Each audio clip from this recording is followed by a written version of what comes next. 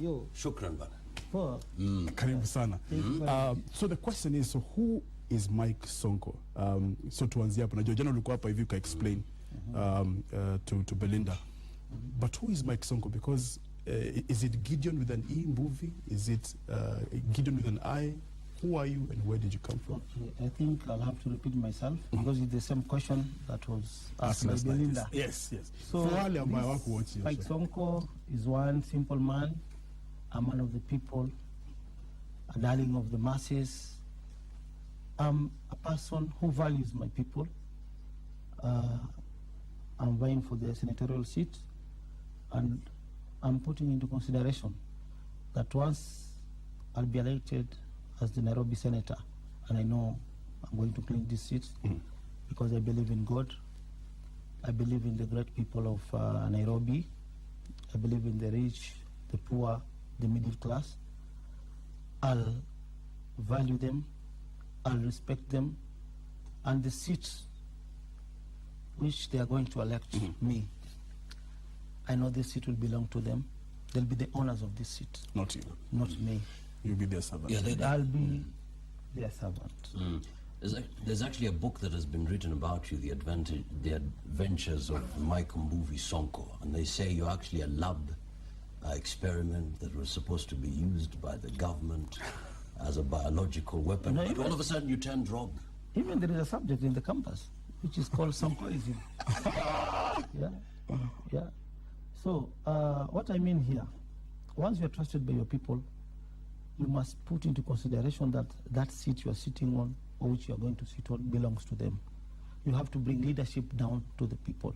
You have to bring leadership in terms of development, in terms of protection as far as the Constitution is concerned, and in terms of representation, provided you don't breach the law. Absolutely. So in the process, as you bring leadership down to the grassroots, you mingle with your people, you become a man of the people, because you have to bring power back to the people. And I'm repeating it again. I said it yesterday, that the power we are enjoying is the power of the people, by the people, and we have to return it back to the people. Let's talk about, and you speak hugely about leadership. So let me take you back to 1983, and perhaps the reason why leadership and integrity is important. So Standard ran a story of you handcuffed or manacled to a hospital bed in Coast General Hospital. What has it that you had been taken there by the prison warders because you were unwell, so you basically were serving a sentence. However, here's a funny thing. You allegedly paid 1.5 million shillings to escape, and hence the name Gideon Movie changed to Gideon with an I. So I take you back again, Mwashimiwa. Are you truly an honest leader? No, that isn't true. It is a total lie. So you're not saying it is true. It is true. I happened, but I've got reasons. Even in the Bible, Peter happened jailer. In Acts chapter 1, Acts chapter 12, verse 1 to 12, Peter was in prison. And when he was about to be executed by King Herod, God sent his angels to the prison, and Peter made his way out of the prison. Even Raila was in prison. Kenyatta was in prison. Moi was in prison. So many leaders were in prison. Yeah, Nelson Mandela was in prison. Lakini hawakuhepa Sonko. Hawakulipa 1.5 wakachange jina wakahepa. Okay, no problem, because you're using Kiswahili. I'll use Kiswahili. Sawa. Article 7, sub-article 1 of our new constitution, Kiswahili is the national language of the Republic of Kenya. Against sub-article 2. Article 7, sub-article 2, both Kiswahili and English are official languages of the Republic of Kenya. So tutachanganya lugha hapa, naona wewe ndio umeanza Kiswahili. Lazima tungepiga kimombo paka sawa. It is true I escaped from prison. Why? I've got an explanation to this. Which is? I never killed anybody. I never stole. Nilikuwa tu na kadili kingine kashake. Kuna mngoso walitaka kununua shamba.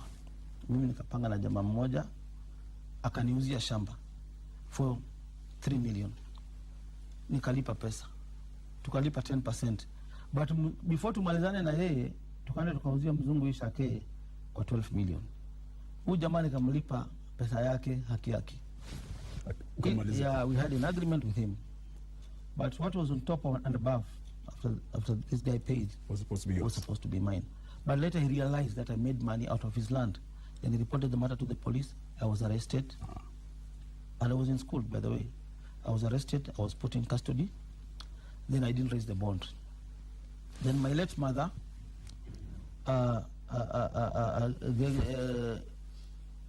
akalipa bond yangu, I was released from custody. But kwa sababu ya mambo ya kidunia, my mother passed away. The old constitution, if somebody stands surety for you, then he passes on. You're supposed to raise another surety. Somebody has to stand for you surety. So nikaregeshwa jela. But I said, there is no way mama yangu atazikwa nikiwa jela.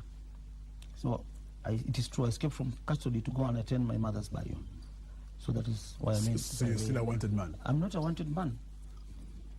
I was rearrested. Yeah. Oh. Nikapelekwa kotini, nikafanya trial, nikaenda high court. Then this was a very complicated case. Wow. Because that time kulikuwa na mambo ya bomba coast. I was guarded na prison warders zaidi ya 20 who were armed. Na tulikuwa na kina Masumbuko na kina nani na Kaya Bombo, everybody was there. And I was handcuffed kwa mkono na kwa mguu. But when we went to court, yeah, nikasema pingu ziletwe kotini. Nikasema nifungwe, nikafungwa mkono na mguu. I gave the judges the keys. How did I escape? And I was in handcuffs kwa mguu na kwa mkono. So it is the prison warders who released me to go and bury my mother. I never escaped from prison. And it's because of that that's why I was acquitted and I'm a free man. I've got all the proceedings. That's why immediately I was sworn in, I was arrested again, taken to Kibera court. I was incarcerated in Kileleshwa for 17 days. Sure. My children, my wife was watching me for 17 days. But I had all the rulings from the High Court, all the proceedings, and that's why I'm a free man. But it is true. You know, leaders are pretenders. Wanaogopa kuongea ukweli. Wanaona ukisema walikuwa jela, ati wewe utakuwa ni criminal. Some people go to prison, wanakuwa reformed. They learn so many things there. Yeah, they learn law, they learn so many things there. The good lawyers are in prison. That's what you mean. Yeah, so that is a part of that story. Maybe you can proceed with something. Yeah, back in the 90s, of course, you invested heavily. You're still investing in the matatu industry. But so far in the past, we've seen there has been this restive kind of behavior that sort of clouds the matatu industry. And thanks to the traffic laws, things are changing. As a leader who, of course, invested in that industry, what do you have to say to that? Okay, I have something to say about that. By then, these laws, by that time, they were somehow discriminatory. We had the Michuki rules. I'm the person who went to court to challenge those Michuki rules, and I successfully got an order. I remember the judicial review in charge was Justice Nyamo at that time. We were discriminated because all vehicles operating from Eastlands, Kangudo Road, Umoja, Dandora, we were forced to end our journeys at Mudurwa. Yes. Yeah, we were not supposed to access the CBD. While others from Westlands, other areas, Thika Road, Kawangware, they were accessing the NCBD. So I say this is discrimination. Hatuwezi tenga watu wa Eastlands, na sote we are Nairobians, we are Kenyans. I went to court, I secured this order. Then there was this issue of multicolor. The same. Yes. I remember it was a legal notice 161, the Michuki rules. Tukaambiwa we should not tint our cars. I mean our vehicles, tusipige magari multicolor, tusiweke matint na nini na nini. Lakini unapata wengine kama double M wanaweka. KBS wanaweka. Wengine sijui kina nani, nakumbuka the former chief yake kanaruhusiwa kuwekwa. Double M inaruhusiwa kuwekwa. Sijui nini inaruhusiwa kuwekwa. Nikasema no, this is discriminatory. I went to court again. We won the case. Wow. Tukaambiwa sote we have to be, kama ni law, let us be equal to. Not discriminatory. Not discriminatory. Not watu wa Eastlands peke yake. Hata watu wa Eastlands ni wa Kenya. Napata. Still on the issue of integrity. Tumalize na hiyo story kwanza. Ndio ndio maswali watu wangependa kujua, alafu tuingie stories zingine. I don't know how long it will take for somebody to have the kind of money you have, Sonko, because unado. Hey, boss, unado. Anyway, so you know, it's out there in the open that you're not doing badly financially, but I don't know how long you've been in the real estate industry. If that's the case, I know you've invested heavily katika matatu industry. So where does your money come from? Okay, I'm not as wealthy as people think. My background, ukijua utajua huyu Sonko ni Sonko ama Sonko ama ni hasla wa mahasla. Mimi si tajiri vile watu wanafikiria. I come from a very poor family. Very, very poor family. I lost my mother when I was very young. Nikaanza kusomesha ndugu zangu wale ambao wananifuatia. But I was in real estate business. Na nimekuexplainia how I used to raise my money. Nilikuwa napata pesa yangu through commissions. The same way I've explained, I'll repeat myself. Right. Unaleta shamba yako wewe leo Jimmy, unataka 1 million. Unauza 4. Mimi nakuingisha box, na kudunga so mbili mbao, nachukua title yako, natafuta baya. Baya namshika milioni 20 30. What I get over and above, hiyo ni yangu. Na since zamani, before I became an MP, whatever nilikuwa napata, I used to share with the needy people. Yeah. Tukirudi hiyo sasa mambo matatu, because ya kusaidia, because I used to go to court peke yangu nikisimamia watu wa Islands wote, nikapewa kiti ya Islands Matatu Operators Chairman. Up to now I command over 6,000 matatus from Islands. Yeah, because nimekuwa nikisaidia watu, nimekuwa nikisomesha wale watoto wasiojiweza, mayatima, watu wakiwa hospitali na walipia bills. So maono ya uongozi nilikuwa nayo kutoka zamani. Absolutely. Yes. So you're saying, unasema kwamba because you've been associated with drug dealing in this country, kulikuwa na report moja ilitolewa na nafikiri kama Ndonebag ikakwa parliament, ilikuwa wewe nafikiri Kabogo Mwao, you were adversely mentioned in that report. Na unajua Kenya nasema pale kuna smoke, kuna moto.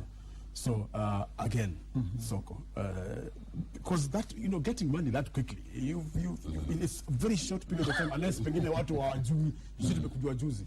So are you saying that is any perceptions or? Yeah, I can say their perceptions, their hearsays, their speculations, their rumors. So you're not a drug dealer? I've never been convicted or been charged with any drugs-related case. Even you can, and I'll repeat myself what I told Belinda yesterday.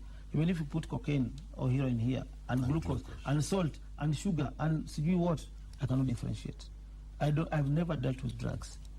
And easy cases ilikuja immediately, I was sworn in as an MP. Sija handle drugs, but the main drug dealers ni watu wako kwa ndani ya serikali, wakubwa kwa polisi. Those are the main drug dealers. We saw in the and you can't mention them because... No, in parliament I can mention them, but I don't fear. I only fear God. If you allow me, I'll just mention them. We know them. No, I can mention them. No, not here. No. You have the privilege in Parliament. Okay. Because the report was very categorical. I mean, even up to now, no one has, for some strange reason, hakuna mtu ametoa hiyo report. Sijui kama nyinyi watu mko na domo, kuna watu mwafunga mdomo, because we never know what the truth is. I have that report. Looking at that report, there were speculations about ilisemekana. I own a club along the Mombasa Road. Yes. I don't have any club along the Mombasa Road. My club is in Buruburu. Secondly, ilisemekana nafanya kazi na wakubwa wa jeshi Isili. Naweka drugs kwa matruck za jeshi Isili, natumia ndege. Since I was born, I've never set a foot kwa Isili Moi airbase. Do that investigation. You citizens, you've got your own investigators. Go there, get an inventory of their records, go to their archives. I've never kanyaga Isili Moi airbase. So these were just speculations to tarnish my good name. But I fear God. I serve my people vizuri, na ile napata ni haki yangu, ni jasho yangu. I even spend my savings with my family, with my people, for the sake of my people. There has been a concern, of course you want to be senator. There have been concerned that you've been in the habit of giving people fish rather than teaching them how to fish. You give them money, sponsor them and all that. No. Hawajengi, unawalisha tu. In fact, I'm planning how I will change that handout politics progressively, how I will change it. And I've been doing it because I've got proof. I've told you I've had a lorry, a truck, a roadshow truck, which has so many files with me outside here. But I think I don't do that. Looking at this photo, these are two pilots from my constituency. This is Musau from South B Ward. Yeah, this is Auma from Jericho Ward. They are pilots. I've been paying for their fees, and they come from poor families, and I'm sponsoring for their causes. And they're graduating, I think, in the next 2-3 months they'll be. You're paying full scholarship? Full scholarship. This is Wilson Airport, where I was taking their fees. 99 Flying School. Yeah. This is the practicals. I normally supervise what they are doing. I normally monitor their studies. Yeah. So this is an IT class. I took 200 students. I sponsored them. Yeah, and they graduated, and some of them are working. Yeah. These are students I sponsored. They're now drivers. I took them for driving courses. They have graduated. I've issued them with licenses. This is a fashion and design class. I took 70 students and they've graduated. They all have diplomas and they can work. This is a massage class. They've all graduated. And what I did, there were many, there were around 300. So after they graduated, I took a group of 10, paid for them a business premise, I paid for them licenses. Now they're working for themselves. I gave them capital. And they're paying for this is what I'm doing. So the issue of handouts doesn't arise. I don't think if it works. There's a bit of a concern in terms of, well, of course you won't be in politics forever in terms of leadership in this country. Well, who knows? What kind of legacy will you leave behind, looking at even your lifestyle? Okay, my lifestyle should not interfere with my political life, because before I was elected, I was not elected in a suit. I repeat myself what I told Belinda. I said I was not elected in a tie. And I repeat myself again. Article 27, Sub-Article 4 of our new constitution. The state shall not discriminate directly or indirectly against any person on any of the following factors. Number one is dress, sex, religion, color, origin, disability, pregnancy, among other factors. So the new constitution is very clear about the dressing code of any Kenyan, any citizen. So that should not arise, should not be a question. Well, we're looking at a legacy because we have young people, even in schools, who are told, you know what, we have role models. Role models in terms of our leaders who we should look up to. So what legacy are you The legacy I'm leaving behind. A legacy of punching walls? No, I've served legacy of lying down on the road? in a very short time. I've done a lot for my people. I've given projects to the women. Yeah, I've given projects to the youth. I've been sponsoring bright students. Any student who scored an A in my constituency, I used to give him or her 50,000. A minus, 30,000. A plain, 20,000. B, 10,000. Even I've got photos here. It's only that we don't have time for this. Whenever KCPE students or pupils, class 8 pupils, go for primary examinations, not all parents can afford examination fees. I pay examination fees for the needy families, needy pupils. I offer them free geometrical sets from my own parliamentary salary. I give them lunch. Yeah, that is after the morning examinations. They don't have to go back to the slums or back to their estates. They have lunch at school. Then they proceed with the afternoon exams. That is what I've been doing. And we've been having MPs in Makadara. Even President Kibaki was one of the MPs. He's never done this. Let me ask, but you've got a CDF and you've got a bursary, the bursary fund. Okay. Why give your money and there's a bursary fund that is given by Malia Uma? In bursary, we are not allowed to go to that extent of buying sets, of giving cash. We're only supposed to issue checks in favor of the students to schools. And bursary is not enough. The bursary allocation we get is very little compared to the number of families and students in Makadara. Today, the population of Makadara is over 250,000. And we get less than 4 million for bursary, at times less than 5 million. So it is not enough to take care of all the families, all the students who are in Makadara. Let me ask you something. That's why I'm forced to go use back your own to pockets. use my own salary. Okay, so you want to be senator. And nafanya mambo mtaani, you know. I was watching a feature yesterday where people were praising you as the MP, as the leader who sits with them and so on. But you want to be the senator. No, but before you go to that, I've not finished. I've done the legacy now you're talking about. I respect the Christians, the Muslims. During the holy month of Ramadan, I give iftar to the needy Muslims. Yeah.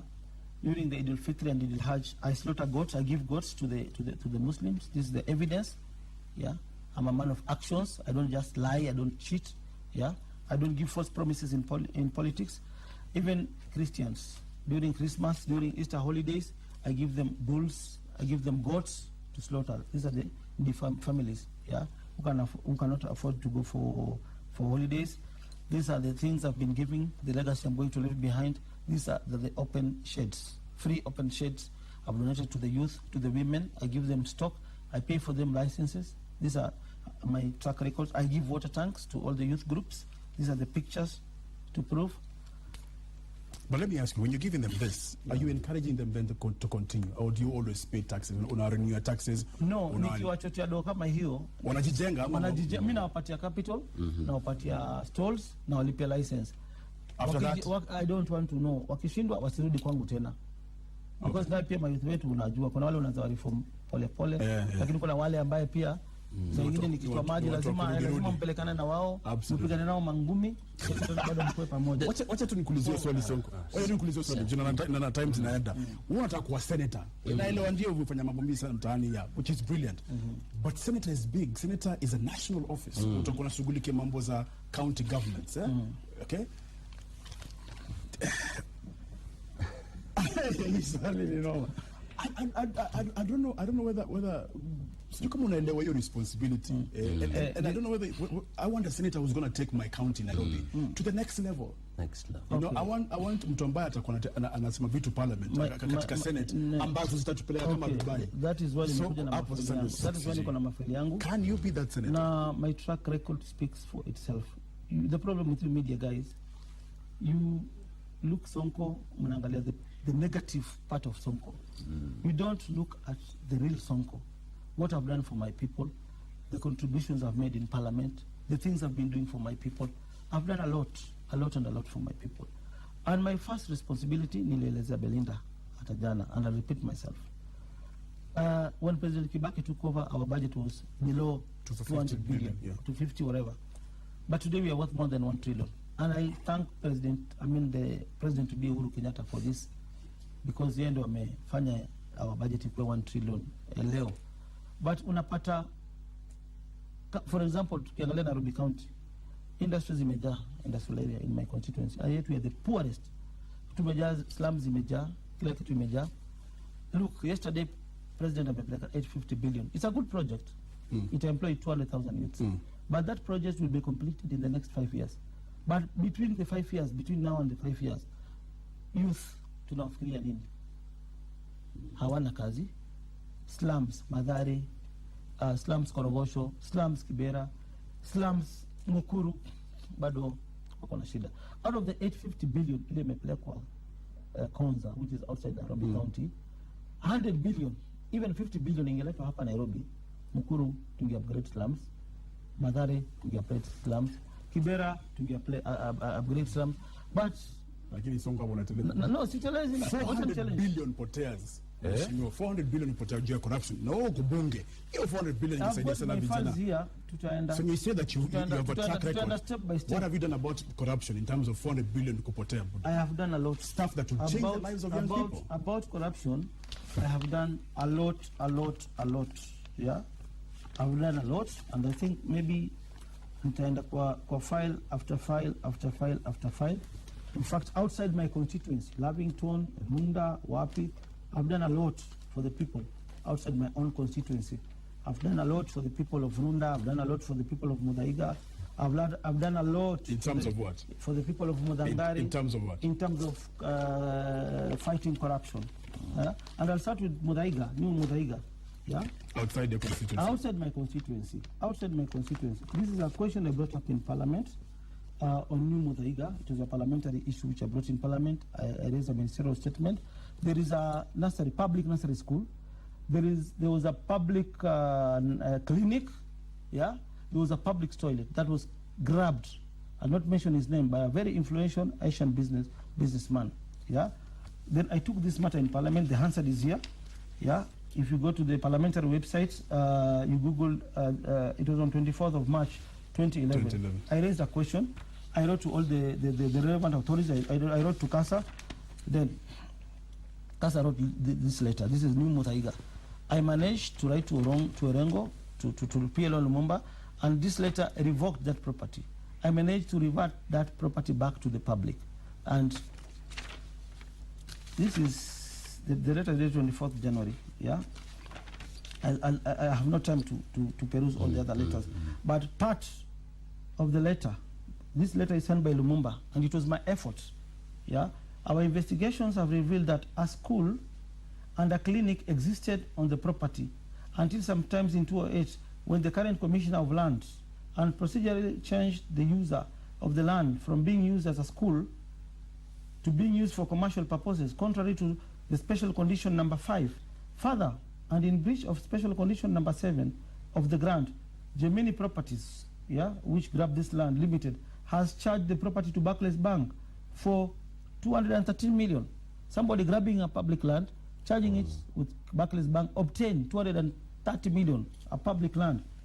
As can be seen from the enclosed survey plans, the title and correspondences, the original number LR that. This is the same property that was surrendered to the state to be used for public purpose. Consequently, the same should revert to the public, and more specifically to the residents of New Muthaiga, not Makadara, New Muthaiga. And this was 2 years ago. Kindly instruct the registrar of title to revoke the grant, LR number that, back to the public. And it was signed by PLO Lumumba at that time. So these are the jobs which are, this is how I've been fighting corruption. Yeah, just a concern because of time. Of course, you're not... The last one, Lavington, Mudangari. This is outside my constituency. There is a point I want to prove here. You've had a problem with the AG in Parliament. The AG was being misused by some grabbers. This is a letter I did. There are some guys from Muthaiga came to me in confidence. I fought so many cases in Parliament, in lands, and I won them. So they came to me in confidence. So this is Muthangari. I wrote to Orengo. I wrote to the Commissioner of Lands. I told them this is a public land meant for expansion of police houses in Muthangari and Lavington. This is the letter received by all the relevant authorities. They gave me information that there is a lawyer called Rafman Danji and Arms who has received 400 million for this property. I also wrote to him. He received the letter here. Then the corruption received the letter. The Commissioner of Police, everybody received. Orengo received the letter. Danji replied, I've really helped the situation. They will not release the 400 million. I've alerted them that this was a public property. They pulled back. They never proceeded with the deal. Okay. Orengo replied me. Orengo replied me. I have directed that action be taken into the matter. He revoked the title because of Sonko's efforts. Orengo revoked this title. Then LG wrote to me, Sonko, why are you following up this matter? I'm writing to the director of CID to charge you because you're interfering with private property.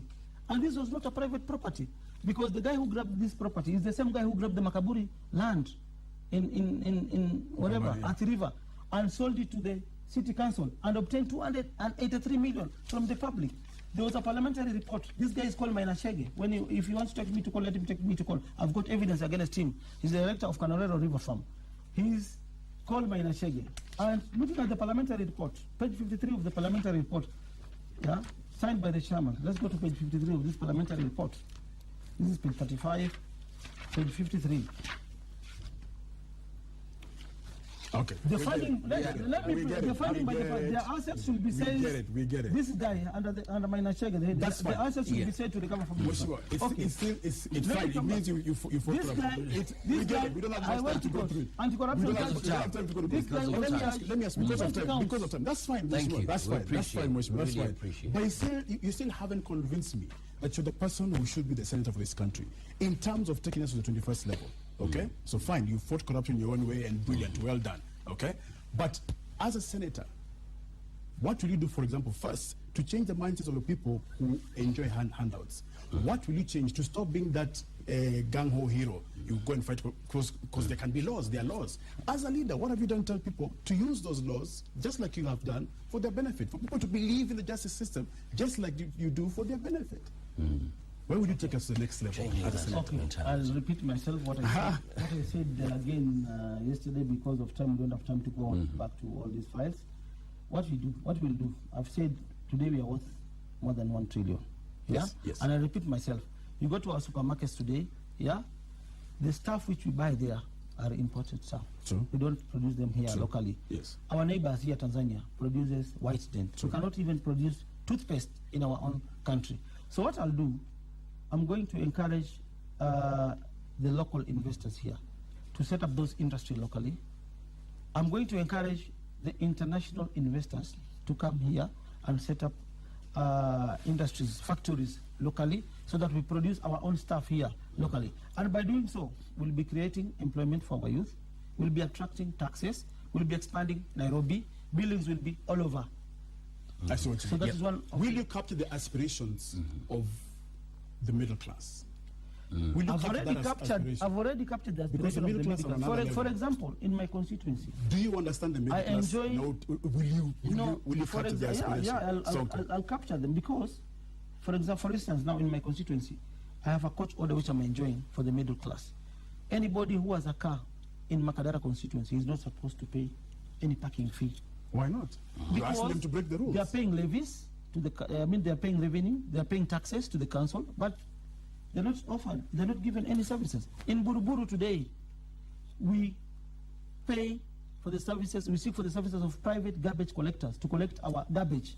And when I was in school, I remember.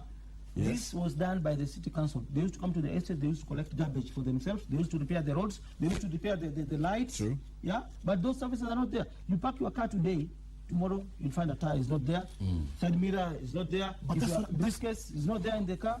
So That's what I'm saying, sir. in terms of security, we should value what we pay to the council, what we pay to the government. If we pay for parking fees, the government should employ youths to look after the cars, which we leave at the parking. They should service the parking bays. This parking base should be clean. The roads should be maintained. The lights should be all over. So should you then not tell? Even that tell order, I'm court- going to extend it to cover the entire. I know what you mean. But shouldn't you then encourage the people to pay taxes? Say, you continue paying your taxes. I will push city council to deliver on those services. Rather than saying Musilipe, they appeal. they will break the they law appeal Musimo, and against- then is that the kind of leadership you want to leave? They came up with their grounds, with their preliminary objections, and they lost the case. They appealed, by the way, and they lost the case. So now you want Unless you want a case where you my told condition people is very not simple. to pay taxes. My condition is very simple. Unless they offer services to the Nairobians, then I'll go to court, register consent, I lift my order. Let them value our taxes. All right. Because one of the responsibilities of a senator, it is to represent the interest of the counties, counties, at national level.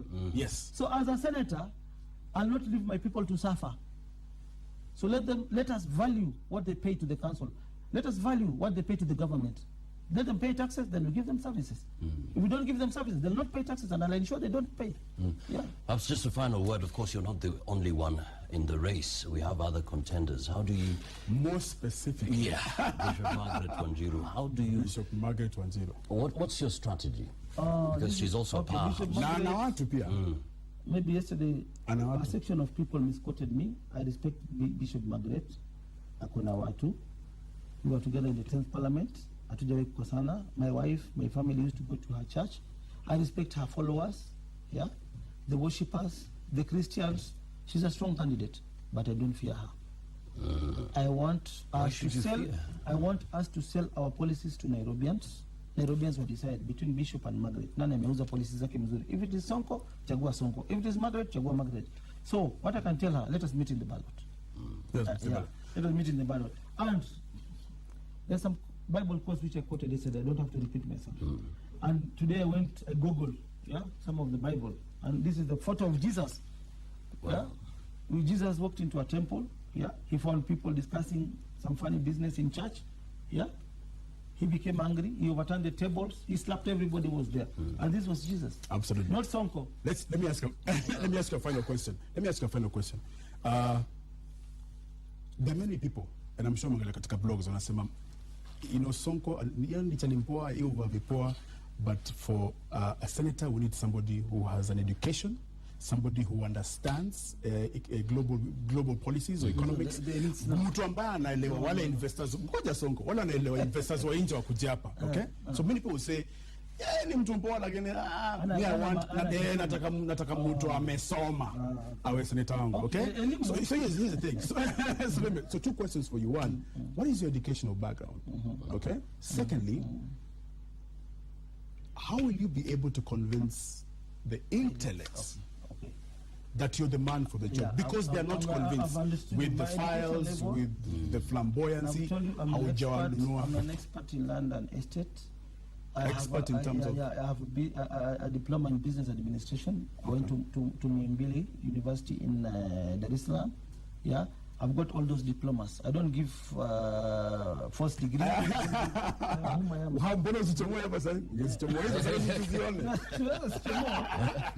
Let's go sour. So, my question to the elites, yeah, they're part of us.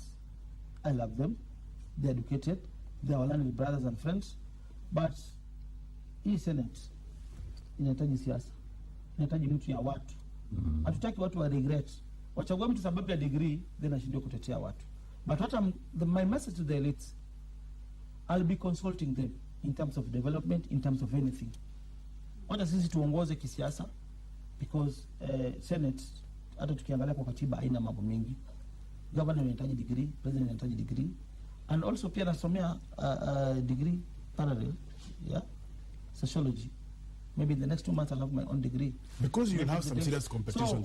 So my message to the elites, I'll be consulting them. Nitawapatia kazi na madegree hizo na PhD wako nazo na waheshimu. I'll be consulting them, nitawaita. Yeah, I know nikiweka Mungu mbele nitachaguliwa kama senator. Nitawaita depending on ile qualification mtu anayo, tutampatia kazi kwa ofisi yangu. Yeah. Senator must have more than 5 years. Yes. I'll make sure naandika mtu akona PhD, mtu akona degree, mtu akona masters. Yeah. Then we'll be paying him. Hey, thank you so much. Thank you for coming. Thank you so So much. I want to call the bishop. No, we will call her. We'll have a debate so between the two. for her. I'm sure now that she's seen that, you know, that you're here. Remember, she's been in the cabinet for 2 terms under the housing docket. Yeah? But the housing problem is still there. Yes. The government spent $1 billion for the vice president's house. Yes. The government has recently spent $850 million for the Council City. Maybe that's the reason why she was disqualified, because for us to take us to the next level. What has she done for the last 2 terms? She's been in the cabinet for the people of Nairobi, for the people in Madari, for the people in Korogosho, for the people in Kibera, for the people in Nakuru. We'll talk about that when she comes. We'll talk about Let's not when she prepare ourselves. These are the questions I'm going to ask her. We'll talk about that. Thank you. No problem. Thank you. And thank you very much for watching us this morning. Until tomorrow, have a good day.